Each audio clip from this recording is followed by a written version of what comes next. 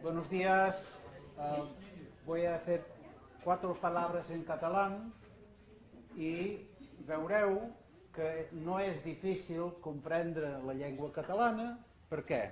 Perquè és una llengua romànica com el gallec, com el castellà, com l'aragonès. Algú parla aragonès? No. I per tant, jo penso que seria possible fer la presentació en català.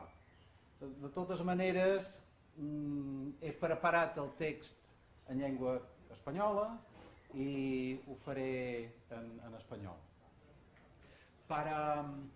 Bueno, yo soy Miquel Strubel, me presento. Trabajé 19 años en la Generalitat, en la Dirección General de Política Lingüística, y llevo 14 años trabajando en la Universitat Oberta de Cataluña. Lo citaré un momentito. Estoy ahorrando trabajo para el profesor Volca. Y no, go and sit down, go and sit down. No need. Okay, fair enough. Okay. Y por lo tanto, y llevo 14 años trabajando como profesor, investigador en la Universitat Oberta, con bastantes proyectos europeos, así conocí a Alistair. Y voy a hablar del caso catalán, que es un poco más complejo territorialmente que lo que se ha dicho anteriormente. Voy a empezar hablando de historia, porque es imposible entender la situación y las políticas actuales si no tenemos un poco de perspectiva histórica. Como ha quedado claro, el origen del catalán es del latín, nace, yo que sé, ¿en qué siglo? 7, 8, 9, al mismo tiempo prácticamente que las demás lenguas latinas. Y en el momento de su origen hay la mayor parte de la península ibérica ocupada por lo que llamaban los moros, fruto de una invasión en el siglo VIII, y a lo largo de 1000 años, me gusta mucho este mapa, veis cómo cada una de las lenguas románicas de la península va en expansión hacia el sur con lo que llaman reconquista de la península. Una reconquista es una palabra ideológicamente marcada, y a partir de un cierto momento el castellano se empieza a comerse tanto el leonés asturiano por un lado como el aragonés por otro. Y veis el vasco allí firmes, como siempre los vascos, una zona que varía poco a lo largo de los siglos. Bueno, lo voy a sacar porque si no nos va a desorientar muchísimo. El inicio de este periodo que estamos hablando, siglo XI o sí, coincide con la aparición del Camino de Santiago. Como veis, el camino pasa por el lado atlántico de la península. Aníbal, por ejemplo, pues pasó por el lado mediterráneo con sus elefantes, por el Pirineo, y por el medio no pasa nada, porque son montañas de 3000 metros. Si hay que pasar por allí, hay que hacer un túnel enorme, que es uno de los proyectos del gobierno español actual, es un tema político totalmente aparte. Entonces, sí que hay una ruta, un camino de Santiago desde Cataluña, pero es para los catalanes, porque solo un imbécil pasaría por el lado mediterráneo para ir a llegar al extremo occidental el centro del mundo, digamos, en Santiago de Compostela.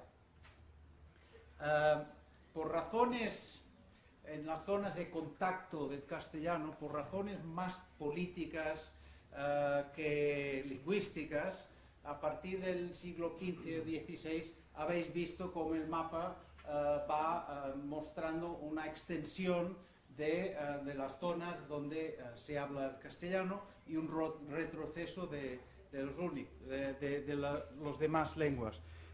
Resiste bien el gallego portugués y resiste bastante bien durante muchos siglos la zona de lengua catalana, que coincide con Cataluña propiamente dicho, una zona limítrofe de Aragón con Cataluña, toda la parte de la costa de Valencia y las Islas Baleares.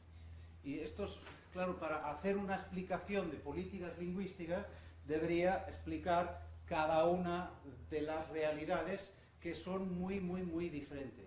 La realidad de la política lingüística en Cataluña tiene poco que ver con la realidad en los otros territorios, por distintas razones que podremos comentar luego si hay posibilidad.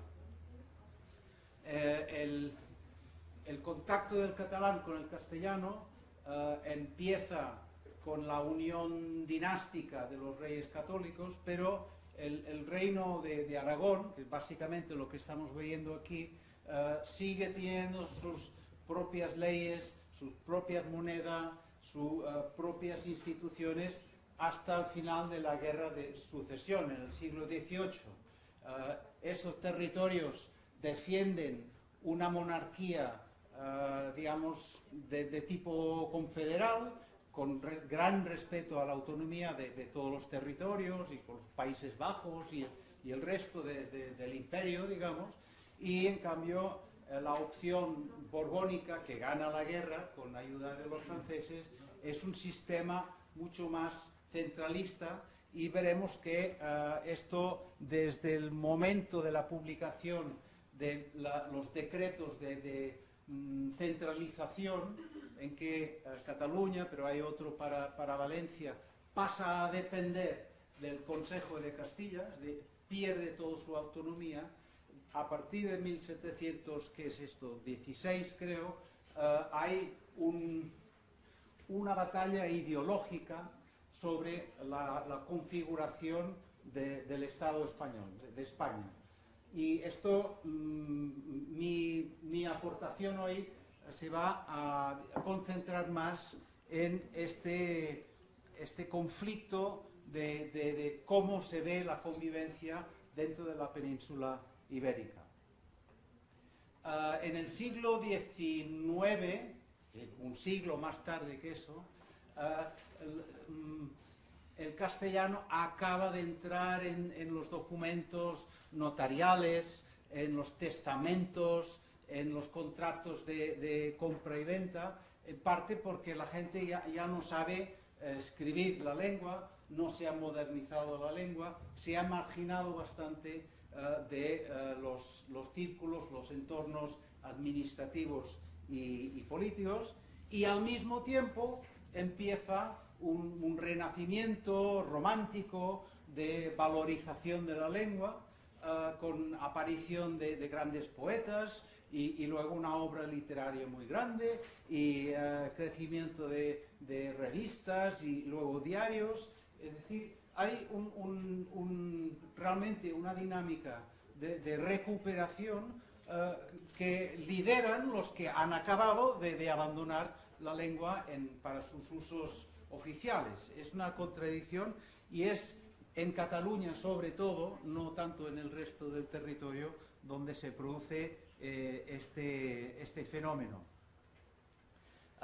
Y al final del siglo XIX, ahí yo creo que con todas las lenguas, con las guerras coloniales, de la pérdida de las últimas colonias de España, pues en este momento digamos, el establishment en Madrid empieza a ponerse a centralizar, a uniformizar, a imponer el castellano de una forma más dura. Esto hay que entenderlo para llegar a entender los procesos que hay en este momento. No hablaremos de la dictadura de Primo de Rivera, que en ese momento era el militar número uno en Cataluña. Se quitó el gobierno democrático, fue una dictadura bastante corta y en vez de limitarse a un control social, laboral, para garantizar la paz, nada más, pues además reprimió el catalán, lo prohibió en las escuelas. Es decir, siempre hay, erróneamente, este intento de garantizar la supremacía del castellano en momentos de tensión. Y este señor, bueno, el de la derecha, es una foto muy conocida, hecha en Daya, creo, en que se encontró el general Franco con este señor del bigote. Bueno, los dos llevan bigote, y he reproducido las dos fotos. Esta es la foto oficial, impreso en todos los medios, y esta es la foto real, en que tenía los ojos cerrados. Y entonces tuvieron que hacer un arreglo con otra cara, otros ojos, y esa es la foto oficial, publicada y difundida. Me ha parecido una anécdota, pero bueno, la anécdota, lo importante es la asociación nuevamente de una dictadura que prohíbe, que impone el castellano y prohíbe el catalán. Y además que fomenta la industrialización con unos movimientos migratorios internos muy fuertes, que no he traído hoy datos, pero que explican por qué hay tantísima gente en Cataluña. A pesar de lo identitario y lo fuerte, la importancia del catalán, hay muchísima gente que tiene el catalán como su lengua primera. Vamos a hablar un poco de las políticas actuales, porque es por eso que me habéis invitado, solo faltaría.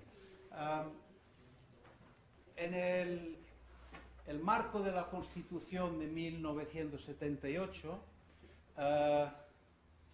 hay una cierta jerarquización de las lenguas de España. El español es, digamos, la lengua del Estado, pero se abre la puerta para que las constituciones regionales, ¿cómo se llaman las constituciones? Bueno, tú sí que sabes, pero los alumnos... Era magnífica la pregunta. Así son mis preguntas también. Los estatutos de autonomía pueden declarar que las demás lenguas sean también oficiales. La Constitución dice, no solo tienes el derecho de utilizar el castellano, sino la obligación de conocer el castellano. Creo que es la única constitución en Europa, por lo menos, donde se obliga a la población a conocer una lengua determinada. Y esto no se ha hecho en estatutos hasta hace 7 u 8 años, con unas interpretaciones del Tribunal Constitucional un poco variadas. En el momento de elaborar la Constitución del 78, hay intentos en el Parlamento español, y también un libro muy interesante de Rafael Miñoles, que es un sociólogo valenciano, de decir, ¿por qué no establecemos que cada territorio tenga y decida libremente qué lengua oficial tendrá? Esto es una propuesta a la suiza o a la belga, donde hay una igualdad de trato de los ciudadanos, porque los derechos que yo tengo en mi territorio son iguales que los derechos que tú tienes en tu territorio, y viceversa. Los derechos que no tengo en tu territorio, tú tampoco tienes en mi territorio. Este modelo, que sería el modelo con un criterio territorial, estaba perdido porque la mayoría de la población y el establishment quería garantizar el predominio del castellano en todo el territorio.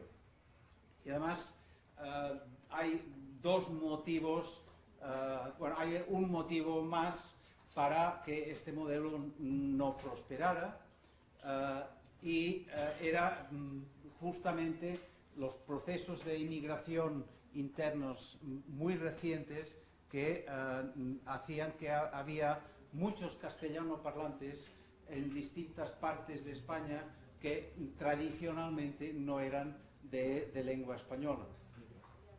Y una consideración, lógicamente, el castellano, Constitución en mano, no es oficial en un pueblo, en una ciudad, en una comarca, porque haya personas de lengua española en esta zona, sino porque, bueno, la Constitución dice que es general, lengua oficial en todo el territorio. El Estatuto de Cataluña y luego el Estatuto de las Islas y el Estatuto de Valencia utilizan este término, ya se ha comentado, de lengua propia, la lengua, digamos, territorial, la lengua histórica del territorio, y esto como concepto hace que se pueda argumentar un apoyo a lo que es nuestro, no lo que nos viene de fuera o lo que nos viene impuesto, sino lo que es nuestro.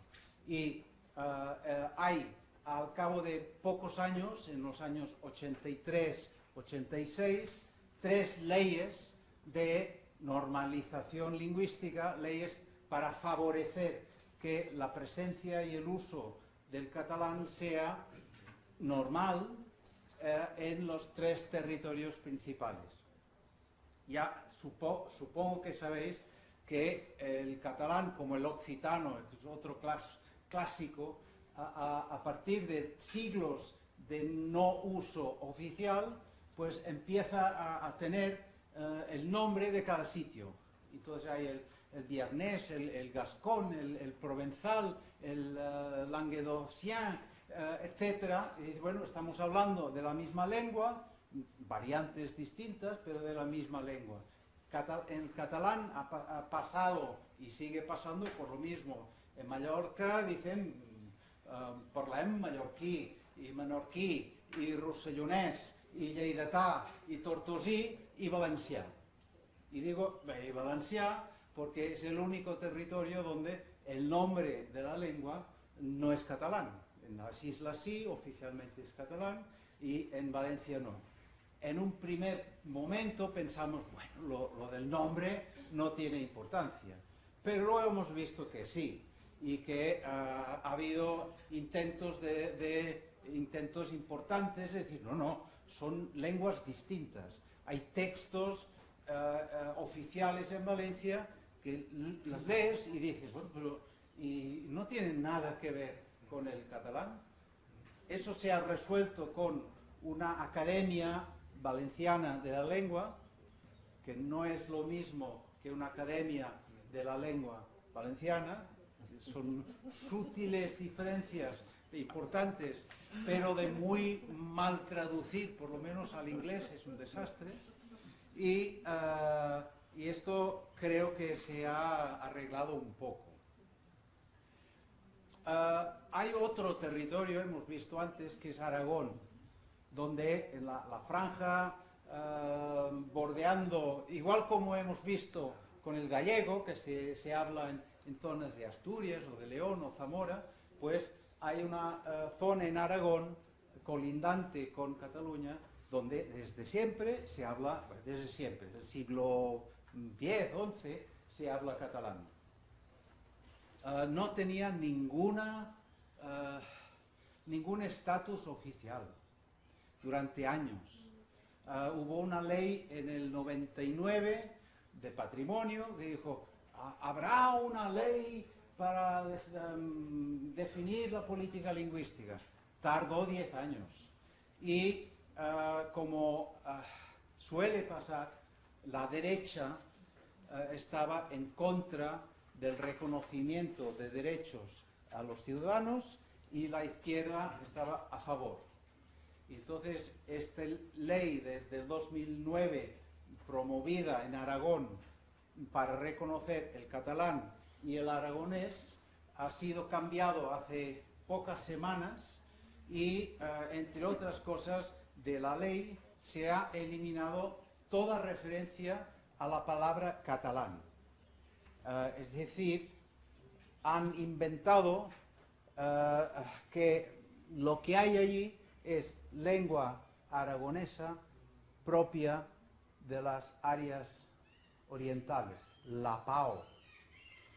Y bueno, hay una protesta enorme por parte de catalanes y catalanoparlantes diciendo, por favor, no volvemos, como se está volviendo, a la consideración de que cada localidad tiene su variante y vamos a fragmentar el catalán. Uy, no, lo que hablan allí, que no es catalán, tanto como podamos. Para europeos serios, lo que estoy diciendo parece una aberración, parece imposible, pero hay una cierta derecha, no voy a hablar de política, pero bueno, es de política lingüística. La derecha española, yo creo que hay un consenso general, es decir, que el trato que da a las lenguas diferentes del castellano es un trato bastante vejatorio en muchas ocasiones. Bueno, no sé si esto con tantas pantallas... Vamos un momento a los principios de una política lingüística, y ya se ha dicho antes, una política lingüística tiene éxito si garantiza el conocimiento de la lengua por parte de la población, porque si no estamos hablando de latín o de aprender chino, aquí o allí. También tiene éxito una política lingüística si, además de tener la competencia entre la población, hay ocasiones para usar la lengua y, por lo tanto, hay televisión en catalán, hay publicaciones diarias en catalán, hay entornos donde se puede utilizar, son en usos oficiales sea posible, y el tercer elemento, no solo la competencia y la oportunidad, sino la voluntad. Porque si podrías hacerlo y no lo haces, pues tenemos un problema, porque la política lingüística no acaba de tener éxito en su implantación. Creo que aquí podemos mostrar que la interferencia del establishment español con respecto a cómo los catalanes organizamos nuestra vida política a través de nuestro estatuto, que es un documento, una constitución regional, pero es una ley orgánica española, es decir, las Cortes españolas estudian el texto y recortan, cambian cosas, podrían mejorar sobre el papel. Uy, no te rías, Paz.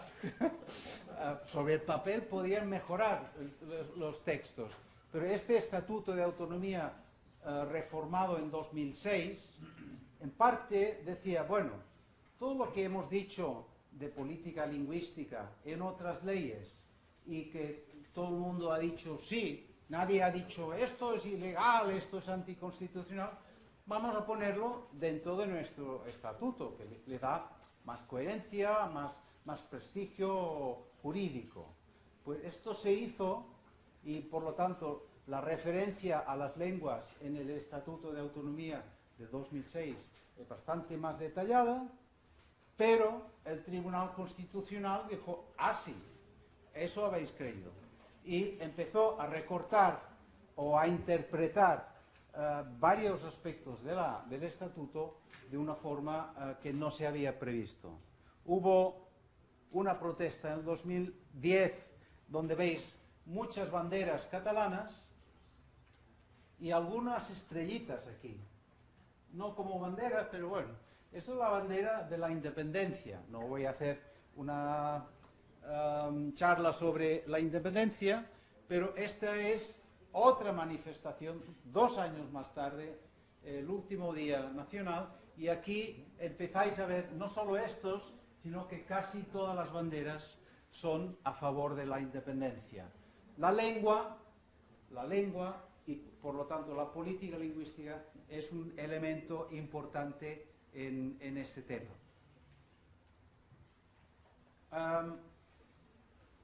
Aquí dice que hay otro, sí.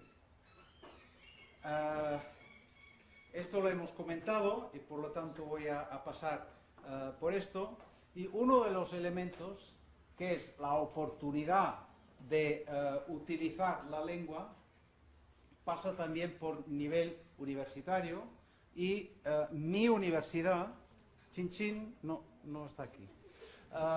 Mi universidad, ya lo veremos, quizás son 2 más allá, que se llama Universitat Oberta de Catalunya. Aprobáis el examen si sabéis Oberta qué significa. Es fruto de un conflicto lingüístico. La Universidad Española a distancia se negó a ofrecer enseñanza universitaria en catalán. Digamos, de catalano hablantes somos más de 9 millones. Es decir, el mercado es clarísimo que existe. Y esa negativa de la Universidad Española de ofrecer estos cursos a mí me dio un empleo, porque se creó esta universidad online, es decir, mucho más moderno, con métodos más modernos, y es donde trabajo yo. Y lo de la voluntad de utilizar el catalán, aquí, si alguien quiere después, podemos mostrar una campaña bastante reciente de la Generalitat, del Gobierno de Cataluña, para promover el uso del catalán en este caso, la población de origen no catalán. Voy acabando con referencias a elementos de política de otros territorios. Mallorca, las elecciones dieron la victoria, las últimas, al Partido Popular. Otra vez, este partido, más bien, sobre todo en Cataluña, percibido como españolista, centralizador, y este partido ha empezado a intentar que los padres de los alumnos pequeños elijan la enseñanza en castellano, porque la gran mayoría de la gente optaba por la enseñanza en catalán. Y hicieron una gran campaña y afortunadamente la gente reaccionó a favor del catalán muy mayoritariamente. Todo lo que estoy diciendo da por supuesto que el gobierno central español es neutral. Y nadie lo ha comentado, el gobierno central no es neutral, sigue siendo muy favorable al castellano, y el catalán, sobre todo, para el gobierno central es un problema. Es como... hay una mentalidad, perdón, eso lo iba a decir al final. Hay un determinado español, que son bastantes, me corregiréis si queréis, que piensa: los niños que nacen en España nacen hablando español. Y si hay gente que no habla español, es que han hecho un esfuerzo expreso, deliberado, para aprender otra cosa, para ser anti-españoles y para fastidiar, para provocarnos. Claro, con esta premisa se entiende que hablar de políticas lingüísticas sea un tema polémico, pero es que la premisa no es falsa. La gente en general pues ha nacido en casa siendo gallego parlantes y siendo, iba a decir, de un club de fútbol que sea, por herencia familiar. Lo normal, digamos, es la herencia familiar. Si no se entiende esto, y no se entiende, las políticas de favorecimiento, de apoyo al catalán, se ven con mucha distancia. Aquí hay la página del Ministerio de Hacienda, que verán que aquí es la versión en catalán, he elegido la versión que dice benvinguts, que es la misma palabra en valenciano y en catalán. Suerte. Y esa versión en catalán, ¿qué tiene en catalán? La noticia, no. Tiene, esto sí, esto ya no. Sí.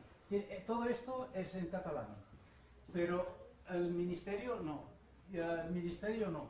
Es una adaptación minimísima para decir, bueno, para que se queden contentos. Yo no me quedo contento con esto. Y con Hacienda, que me cobra los impuestos, menos.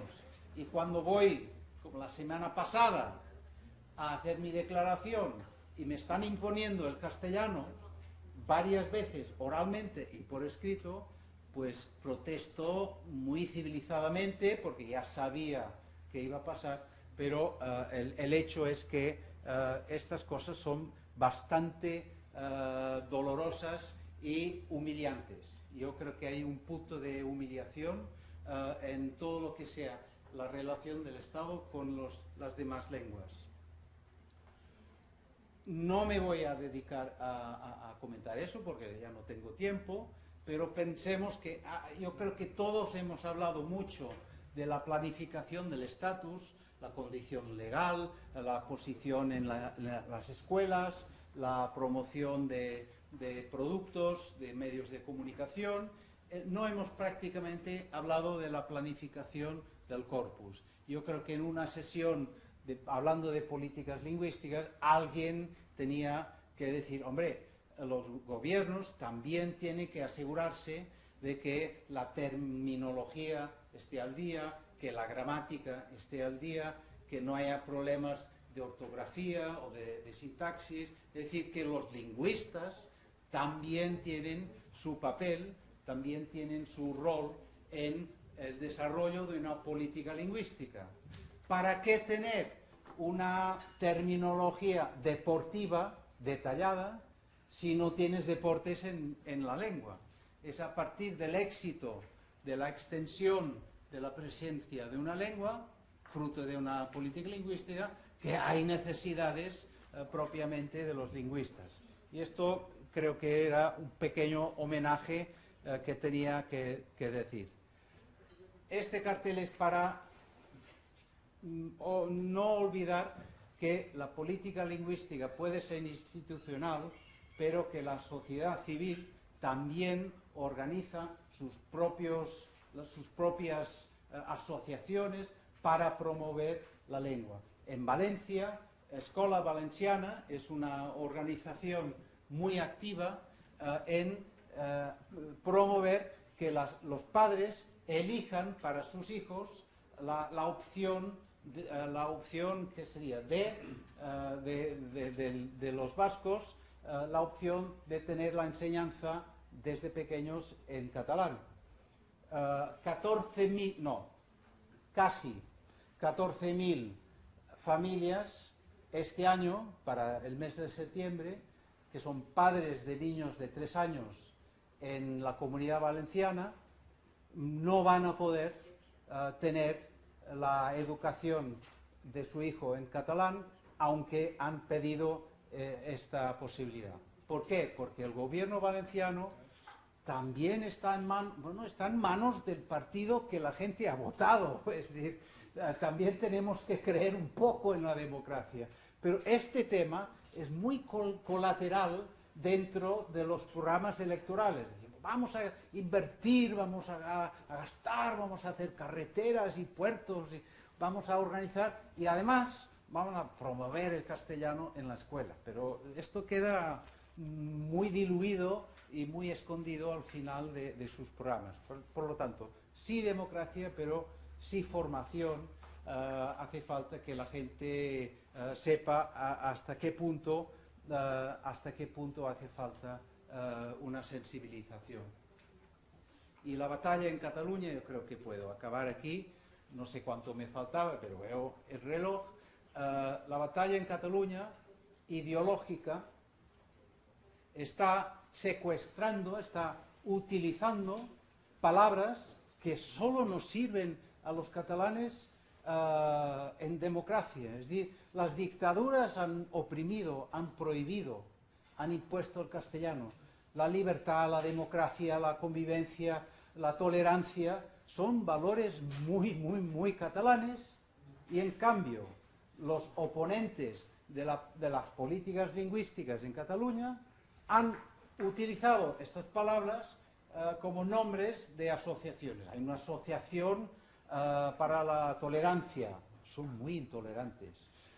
Una asociación por el bilingüismo, defienden el castellano y nada más. Y hay una de convivencia cívica catalana, cada vez que abren la boca hay desmadre. Pero es mi opinión, que vengan aquí y que digan otra cosa. Esto crea una polémica que ha llegado a los colegios también, y nosotros en Cataluña optamos desde el año 80 por no dividir los alumnos por razón de lengua. Tú hablas español, vas a este tipo de colegio. Si tú hablas catalán, tú vas... Los políticos dijeron, no, por favor, todos en la misma escuela. No vamos a dividir y separar en función de lengua. Bueno, en Madrid no lo hacen, en París no lo hacen, en Londres no lo hacen. Es decir, es un modelo, digamos, de educación de Estado, prácticamente.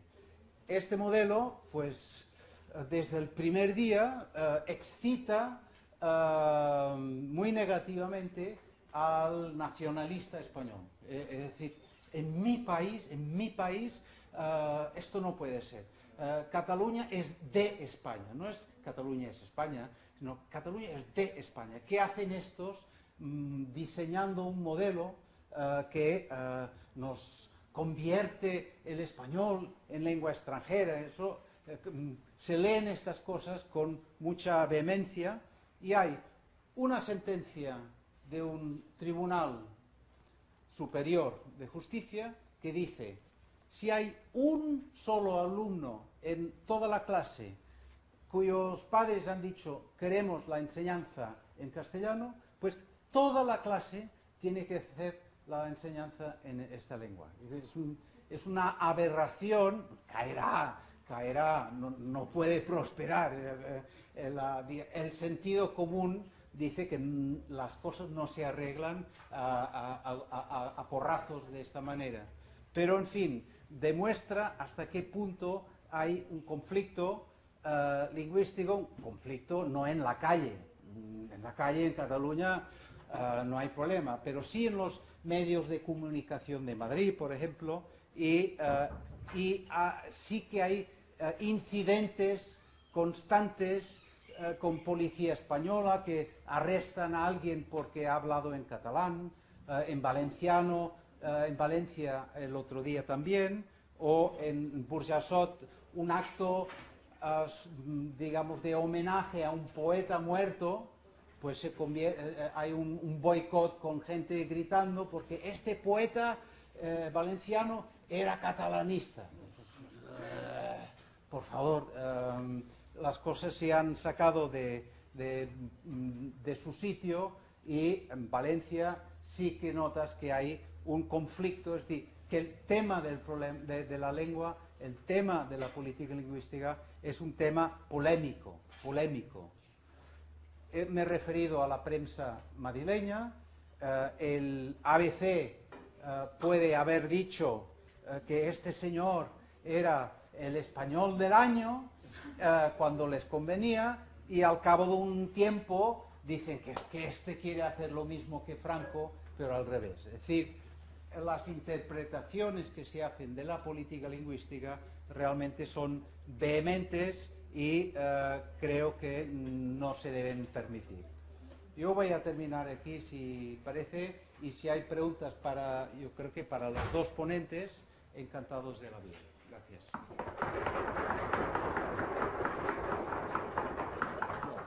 Muchas gracias. Hemos visto la problemática social, la conflictividad social de las cuestiones de política lingüística. Ya mencionábamos antes el tema de la importancia también de los discursos del poder en nuestro tema. Y entonces yo sé que los estudiantes en realidad ya están fuera del curso.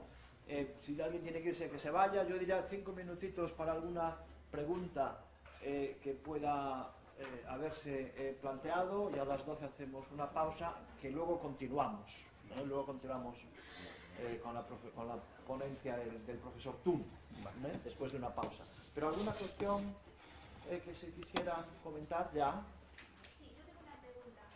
Como quiero ser hija de inmigrantes gallegos, viví 20 años en Argentina y 10 años en Galicia.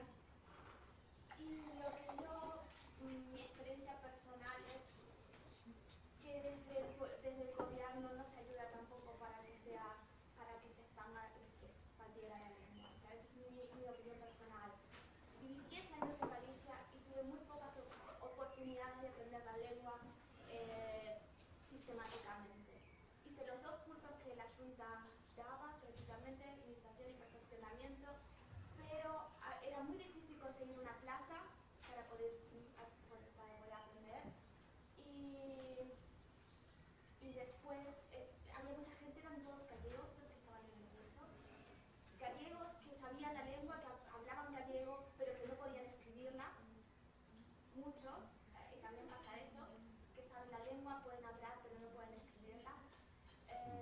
Y desde Argentina, cuando fui al consulado español, tampoco nos dan información lo que es la lengua. No hay cursos desde Buenos Aires con una comunidad gallega tan grande.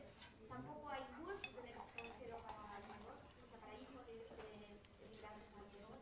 Y eso es una pequeña crítica. Tal vez en estos 5 años que no estoy en Galicia cambie un poco la situación, pero pienso que tal vez desde el principio, desde la base, se debería hacer algo para guardar la lengua y salvarla.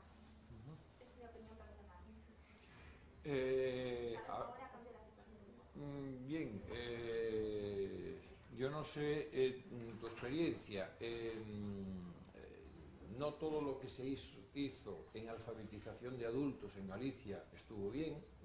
Evidentemente tuvo fallos bastante notables, pero en cualquier caso, en primer lugar, en Galicia durante muchos años hubo estos cursos de iniciación y perfeccionamiento que tenían un problema fundamentalmente de funcionamiento, es decir, era tanta la demanda que yo creo que en muchos casos pues no se atendía a criterios como que existía una parte de esa demanda que eran personas no gallegas, y entonces pues no había una adecuación pertinente para que, como en tu caso, por ejemplo, que no tenías ningún tipo de conocimiento, muy poco, muy básico, sobre el gallego, y estabas en un curso en el que el 90% de las personas eran gallegas, independientemente o no de que tuviesen competencias en destrezas como por ejemplo la lectura o la escritura. En cualquier caso, durante años y años en Galicia se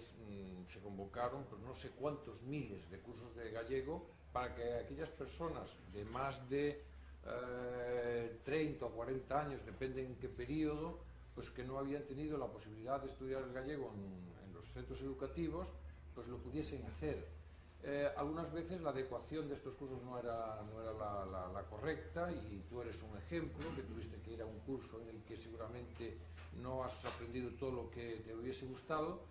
Y después en Hispanoamérica, concretamente en Argentina, la oferta fue muchísima. Yo te puedo decir que incluso yo estuve de profesor en Buenos Aires en alguna ocasión, en el Centro Gallego, en el Centro Galicia, incluso en la Federación de Sociedades Gallegas, por citarte 3 o 4 sitios, pues todos los años había por lo menos 4, 5, 6 cursos intensos sobre 2 específicos de lengua, un tercero ya de especialización en lo que había lengua, cultura, historia, etcétera, etcétera.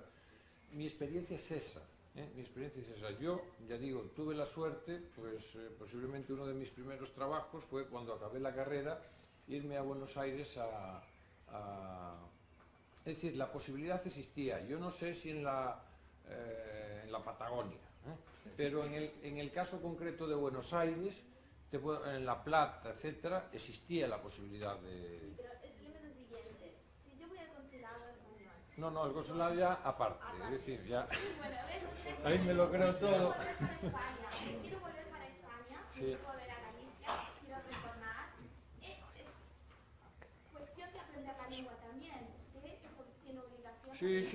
Sí. Yo ahora me remito a lo que dijo el profesor Strubel. El gobierno español casi siempre entendió que las lenguas distintas del castellano, las lenguas españolas distintas del castellano,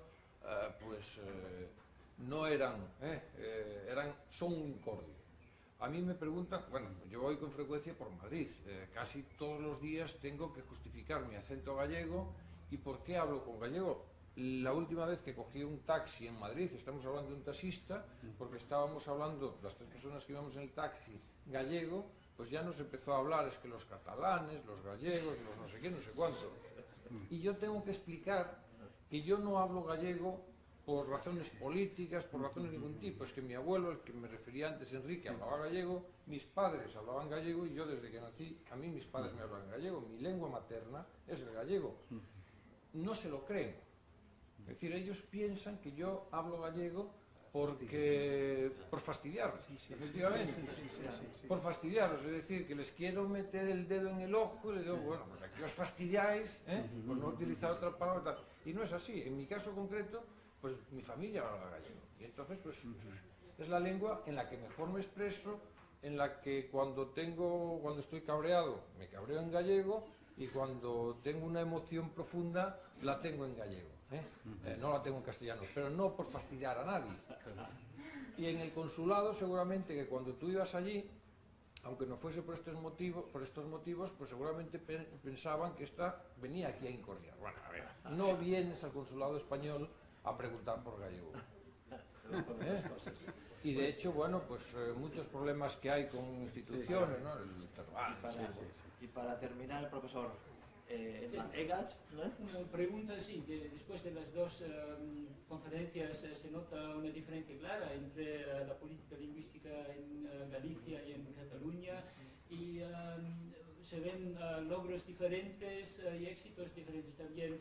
Y yo creo que hay que matizar un poco más los movimientos sociales, porque normalmente sí, que existen grupos de activistas que luchan con vehemencia, con determinación por la lengua, por el catalán y el gallego, pero la situación precisamente en este aspecto es diferente, o me parece diferente en Galicia y en Cataluña. En Galicia hay mucho menos. Sí, por ejemplo, ya después, a ver, por ejemplo, en Galicia, por ley, no se puede aplicar inmersión lingüística. En el caso de Cataluña, sí.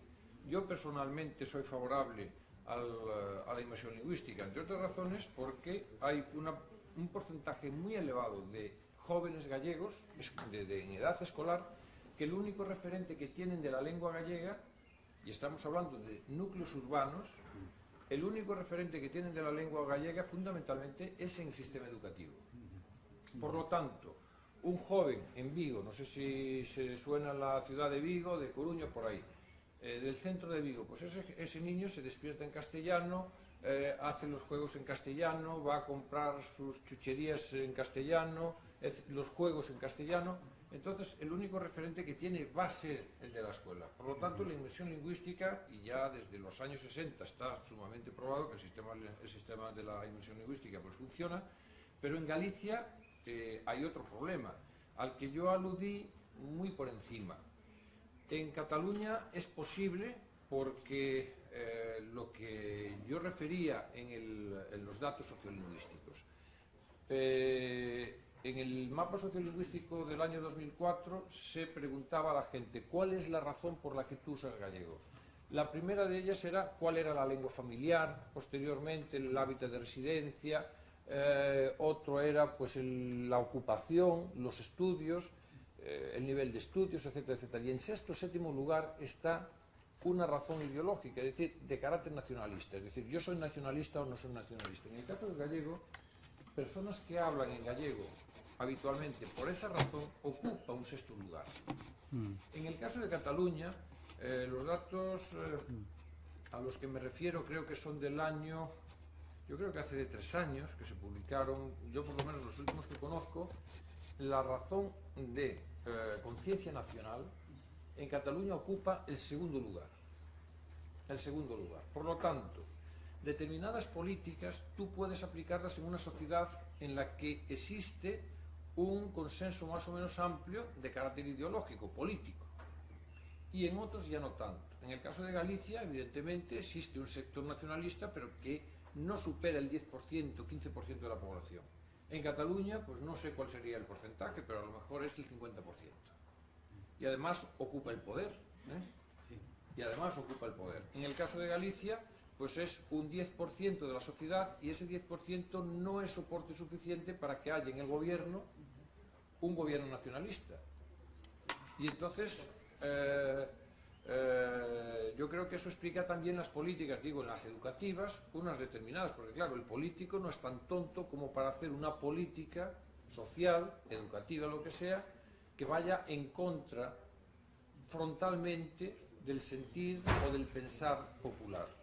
Lo hace en muchos casos, por ejemplo, en medidas económicas. A mí, antes hablamos aquí de la declaración de la renta, buena parte de lo que yo pago a la declaración de la renta en España va para los bancos, va para botín, va por ahí, que no son los que más lo necesitan, pero bueno. Hacen políticas que no son populares, pero en cualquier caso las hacen en determinadas circunstancias. En las cuestiones lingüísticas les cuesta bastante más. Les cuesta bastante. Sí, iba a decir, la democracia funciona, bueno, digamos, el sistema parlamentario refleja el sentimiento general y la conciencia de la población. En Cataluña, el Partido Popular es visto como muy de derechas. En el País Vasco, muy de derechas. Y en parte como anti-catalán o anti-vasco. Aquí tienen un apoyo electoral muy bajo. Y desde el primer día, este partido de aquí, que es un partido nacionalista moderado, ganó las elecciones, han estado menos 7 años, han estado siempre en el poder. Pero no por mérito de ellos, sino por el sentir mayoritario de la población catalana.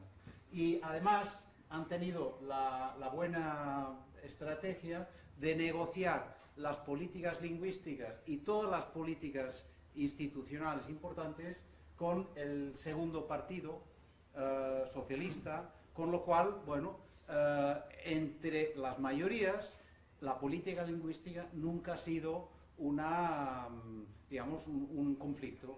El conflicto ha venido de los extremos, unos que quieren más y los otros que quieren menos, pero extremos que nunca han ocupado el poder, a diferencia, claro, de Galicia, donde el PP no es visto tanto como de derechas y bueno, hay otras diferencias que en otra ocasión podríamos. En el caso de Galicia, yo situaría al Partido Popular evidentemente en la derecha económica, es un partido conservador, pero en cuestiones lingüísticas hay que decir que el Partido Popular en Galicia, desde mi punto de vista, y esto ya es una interpretación personal, es un partido que tiene cierta independencia dentro de lo que es el Partido Popular estatal. Y entonces pues hizo políticas lingüísticas que efectivamente no son nacionalistas, es que no tiene por qué hacerlas, porque tampoco es un partido nacionalista gallego, sino es partido nacionalista español, pero en cualquier caso hizo políticas lingüísticas que podemos llamar galleguistas, o por lo menos que, salvo en circunstancias o condiciones o en casos muy concretos, pues atendió mínimamente a ese sentir que también existe en la población, de que el gallego tiene que estar en el sistema educativo, lo está, de que hay que promocionarlo. Otra cosa es que lo hiciese con la intensidad que a lo mejor las circunstancias exigían, ¿no? Claro que sí.